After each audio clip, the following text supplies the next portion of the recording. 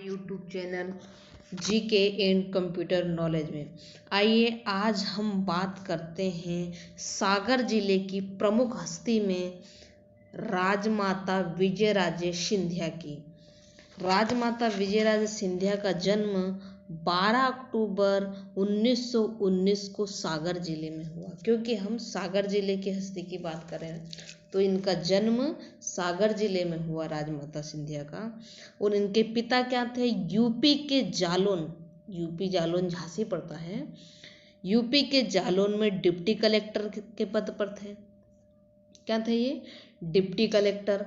आइए बात करें, ग्वालियर की अंतिम महारानी थी राजमाता विजयराजे सिंधिया। क्या थी ये? ग्वालियर की अंतिम महारानी थी। आगे बात करते हैं तो इनके पति का नाम क्या था? इनके पति का नाम था जीवाजीराव सिंधिया। जीवाजीराव सिंधिया इनके पति का नाम था। इनकी एक आत्मकथा है। तो इनकी कौन सी आत्मकथा है? एक रानी ऐसी भी थी। ये किसने लिखी? तो ये मृदुला सिन्हा ने लिखी। एक रानी ऐसी भी थी। अब जानते हैं इनका कौन सा घराना है? तो इनका सिंधिया घराना है, क्योंकि राजमाता विजयराजे सिंधिया लिखते हैं।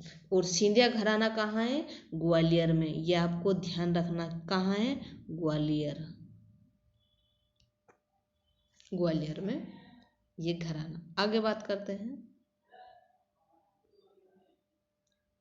आगे बात करते और हम बात करते कवि पद्माकर के बारे में। किसके बारे में बात करते? कवि पद्माकर के बारे में। कवि पद्माकर का जन्म कब हुआ? तो कवि पद्माकर का जन्म हुआ 1753 में। किस जिले में? सागर जिले में। सागर की बात कर रहे हैं, है ना। अब इनकी मृत्यु हुई इलाहाबाद, प्रयागराज में, है ना। किस वंश से ताल्लुक रखते हैं? तो इनका वंश है कवीश्वर वंश। कौन सा वंश है? कवीश्वर वंश। इनकी अंतिम रचना थी गंगा लहरी। कौन सी रचना थी इनकी अंतिम? गंगा लहरी। आगे बात करते हैं, लाखा बंजारा झील है जो सागर में, लाखा बंजारा झील में कवि पद्माकर की मूर्ति लगी हुई है। आगे बात करते हुए देखते हैं हम पंडित कामता प्रसाद के बारे में बात करते हैं। पंडित कामता प्रसाद, पंडित कामता प्रसाद का जन्म, पंडित कामता प्रसाद का जन्म 1875 में सागर जिले में हुआ। कब हुआ? 1875 में सागर जिले में हुआ। और इनकी मृत्यु कब हुई? तो 1947 में, जब भारत देश आज़ाद हुआ था तब पंडित कामता प्रसाद गुरुजी की मृत्यु हुई थी। जन्म सागर, मृत्यु जबलपुर। इन्हें पंडित कामता प्रसाद गुरुजी को हिंदी का जनक या व्याकरणाचार्य माना जाता है ना। और कामता प्रसाद जी को हिंदी व्याकरण का पाणिनि भी कहा जाता। इन्हें हिंदी का जनक तो कहा ही जाता है, इन्हें हिंदी व्याकरण का पाणिनि भी कहा जाता है। हिंदी व्याकरण 1920-21 में प्रकाशित में आया था। हिंदी व्याकरण 1920-21 में ये प्रकाशित में आया था। हम आगे बात करते हैं, शेख रमजान की। शेख रमजान का जन्म सागर जिले में हुआ। शेख रमजान कहाँ से संबंधित है? सागर से। इनने शेख रमजान द्वारा 1857 की क्रांति का नेतृत्व, शेख रमजान ने 1857 की जो क्रांति चल रही थी उसका नेतृत्व कहाँ से किया था? सागर जिले से। ये याद रखना, किस जिले से किया था? सागर जिले से।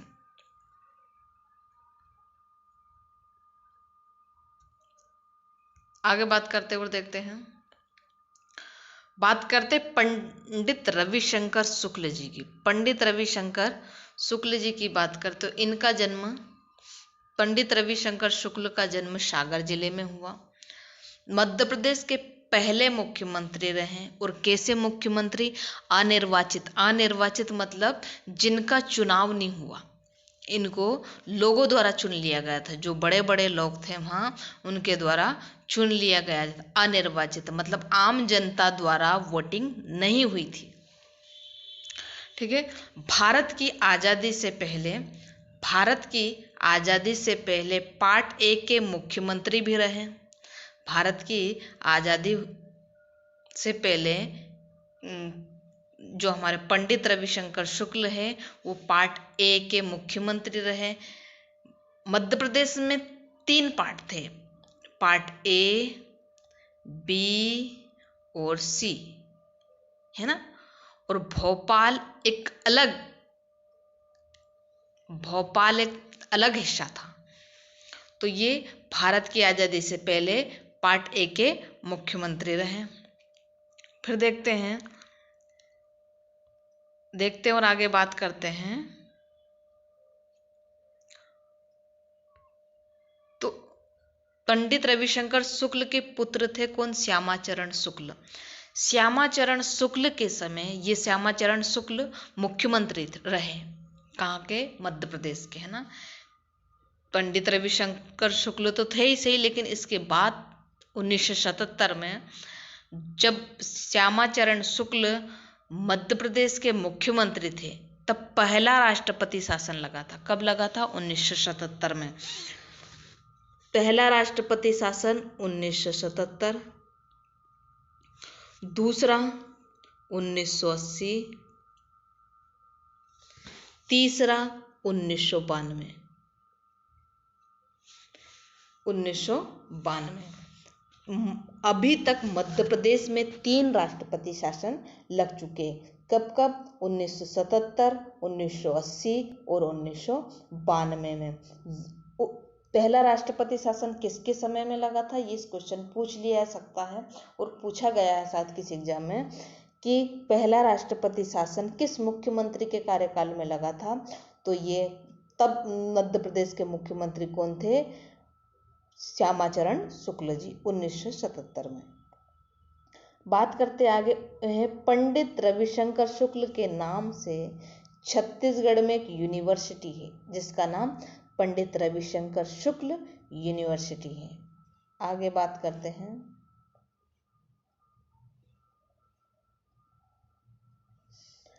अब हम बात करें डॉक्टर संतोष शुक्ला की। ये कौन है भाई? तो डॉक्टर संतोष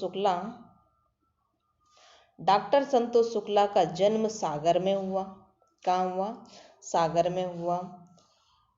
डॉक्टर संतोष शुक्ला का जन्म सागर में हुआ और इनने एक नारा दिया है, 2 बूंद जिंदगी की ये नारा है। किसने दिया? डॉक्टर संतोष शुक्ला ने। ये भी सागर जिले से संबंधित है। ये भी सागर जिले में आते हैं ना, इसलिए हमने आपको डॉक्टर संतोष शुक्ला के बारे में बताया है। आगे बात करते हैं। अब गोविंद नामदेव की बात करते हैं। ये बड़े चर्चित व्यक्ति हैं। गोविंद नामदेव का जन्म हुआ सागर जिले में। ये क्या है? तो इनका कार्य क्षेत्र क्या है? अभिनेता, एक्टर है ये। इनने कई सारी फिल्मों में काम किया, जैसे गर्व हुआ, OMG, कच्चे धागे, शादी में जरूर आना, ऐसी बहुत सारी फिल्मों में इन्होंने काम किया है।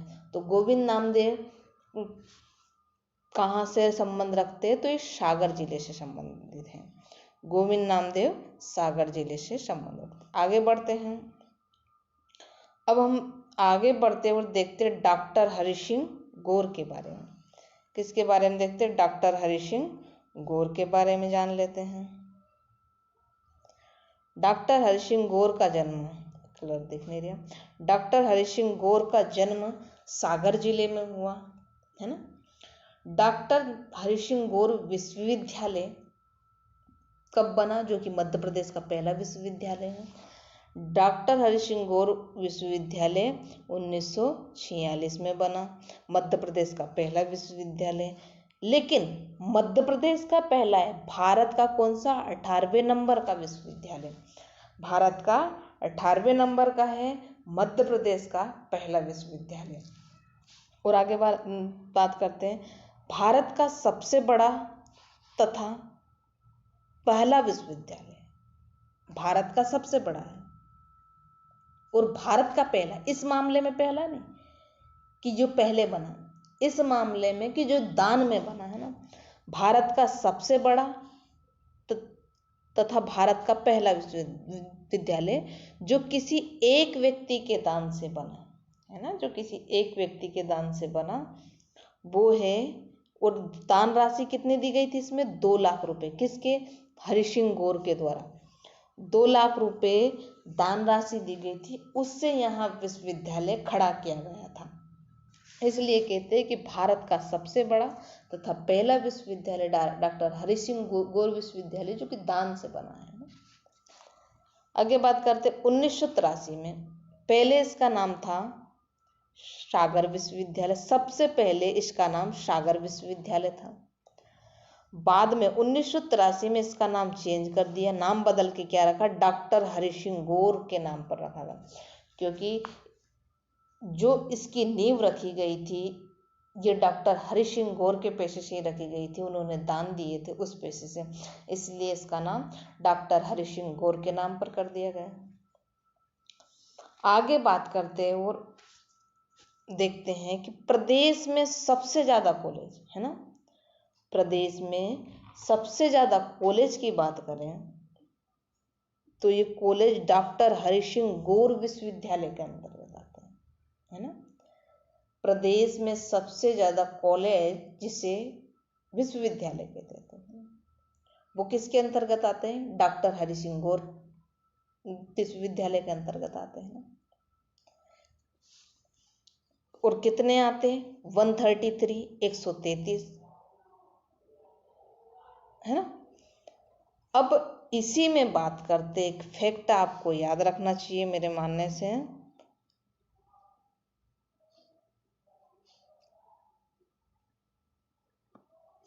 1 मिनट में बताती हूँ। एक फैक्ट है बहुत अच्छा जो आपको याद रखना चाहिए, प्रदेश में सबसे ज्यादा विश्वविद्यालय की बात करें है ना, यूनिवर्सिटी की बात करें तो भोपाल में है। ध्यान दीजिए क्वेश्चन क्या कहना चाह रहा है कि इसने ऐसा नहीं कहा, इसने कहा है कि प्रदेश में सबसे ज्यादा कॉलेज किस विश्वविद्यालय के अंतर्गत आते हैं? तो डॉक्टर हरि सिंह गौर विश्वविद्यालय में। अब बात कर प्रदेश में सबसे ज्यादा कॉलेज कहाँ है, विश्वविद्यालय यूनिवर्सिटी कहाँ है? तो ये भोपाल में है। फिर अगर पूछ ले प्रदेश में सबसे ज्यादा कॉलेज वाला शहर तो इंदौर है ना। क्वेश्चन में अंतर है, ध्यान दीजिए। फिर हम बात करते आगे, डॉक्टर हरि सिंह गौर विश्वविद्यालय मध्य प्रदेश का पहला केंद्र विश्वविद्यालय। यह विश्वविद्यालय पहला केंद्र विश्वविद्यालय बन गया। फिर पहला ये है तो दूसरा भी तो कहीं होगा, और अगर दूसरा है तो पहला कहीं होगा। तो दूसरा केंद्र विश्वविद्यालय का है अमरकंटक, जिसका नाम आदिवासी केंद्र विश्वविद्यालय है ना। आदिवासी केंद्र विश्वविद्यालय अमरकंटक में, कहाँ है? अमरकंटक।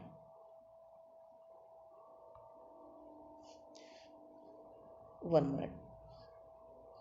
दूसरा है,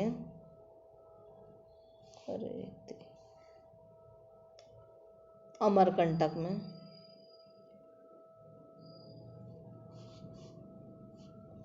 है ना। अब हम बात करते आगे और देखते हैं डॉक्टर हरि सिंह गौर पर एक बुक लिखी गई है ना। डॉक्टर हरि सिंह गौर की एक बुक है द स्प्रिट ऑफ, और एक उनकी आत्मकथा भी है, उसका भी ध्यान रखिए। आत्मकथा है डॉक्टर हरि सिंह गौर की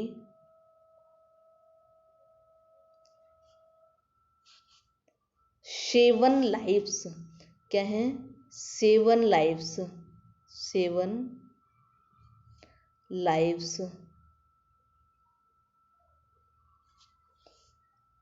7 लाइव्स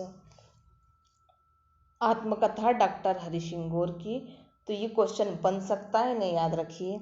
1975 में एक डाक टिकट जारी किया गया था। 1975 में एक डाक टिकट जारी किया गया था हरि सिंह गौर के नाम पे, है ना। उसका नाम जान लो। उसका 1975 में एक डाक टिकट जारी किया गया था और उस पे हरि सिंह गौर की तस्वीर छपी हुई थी। तो ये क्वेश्चन पूछ सकता कि हरि सिंह गौर के कामों को देखकर कौन सा डाक टिकट जारी किया, कब किया गया? 1975 में, जिसमें डॉक्टर हरि सिंह गौर की तस्वीर छपी हुई थी। तो ये याद रखना, डॉक्टर हरि सिंह गौर की पुस्तक द स्प्रेड ऑफ बुद्धिज्म, उसको भी याद रखना है। तो ये आज सागर जिले के सभी व्यक्तित्व, है ना, आज क्या कंप्लीट होते हैं। तो दोस्तों, वीडियो को लाइक शेयर सब्सक्राइब जरूर करें और प्लीज़ वीडियो में के नीचे कमेंट जरूर करें, आपको वीडियो कैसा लगा। अच्छा लगा हो तो बताएं, और अगर बुरा लगा हो, आपको कंटेंट पसंद नहीं आया हो तो भी बताएं। आप किस तरीके का कंटेंट लेना चाहते हैं, कौन सा टॉपिक पढ़ना चाहते हैं, और आपको वीडियो अच्छा नहीं लगा तो क्यों नहीं लगा, उसके बारे में बताएं, है ना। तो हमें ज़रा पता चले कि हम कहाँ गलती कर रहे हैं। प्लीज़ तो इस वीडियो को लाइक शेयर सब्सक्राइब जरूर करें, है ना। धन्यवाद दोस्तों।